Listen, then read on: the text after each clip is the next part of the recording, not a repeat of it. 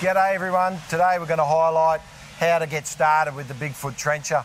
So it may look simple, we've tried to make it simple, but we thought we'd give you a couple of tips just to make sure that you're spot on how we get it done. So when you're ready to trench, you've picked your spot, you've lined out on the ground where you're going to trench.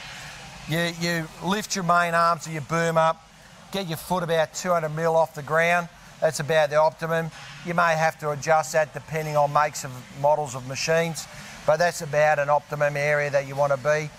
Have your boom horizontal to the ground, start your chain turning, and then start engaging by rolling forward. The front part of the trencher should be the one that engages first. This will engage the head start crummer bar. It'll start rocking back out of the way. Start heading down to get to your depth. So your depth you should have preset on either 600, 750 or 900. So once you've got that desired depth that you're going to go, we want to get this foot flat on the ground. So we've started to engage the front of the trencher. We're going down into the ground. You're rolling back. You won't achieve depth for approximately 1 metre to 1.5 metres before you get. Don't try and achieve depth straight away. Going straight down, that's going to damage this head start crummer bar. It needs to go back gradually. So go down, hit depth, and keep going back so that you're maintaining a constant pressure of the chain contacting the ground. So if it starts to stall or labour, or you do stall the trencher, just back off slightly with the power.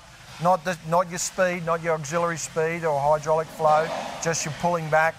Let that chain build up to its optimum speed again and start feeding back.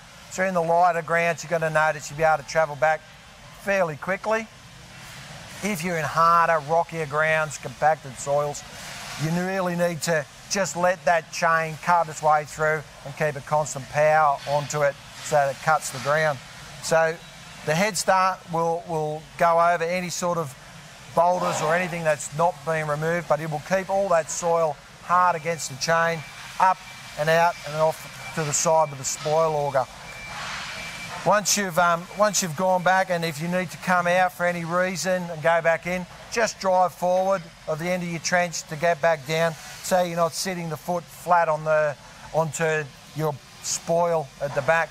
Get it ahead of that spoil, flat on the ground, and then come back into the cut. When you're trenching, make sure that you keep it nice and straight. You cannot trench around corners. You over a long distance, you might get a slight curve if you need to, but if you apply too much side load to this boom, you're going to damage it. If you've got that resting up against one side of the trench and trying to hook around a corner, it's just not going to work. It's going to damage it. So make sure you keep it nice and straight. Okay, so once you've reached the end of your trench, you need to put it away. Just before you do so, make sure you just give it a quick wash down, get rid of any excess soil that's on there, especially if you're going to be storing away for a long period of time.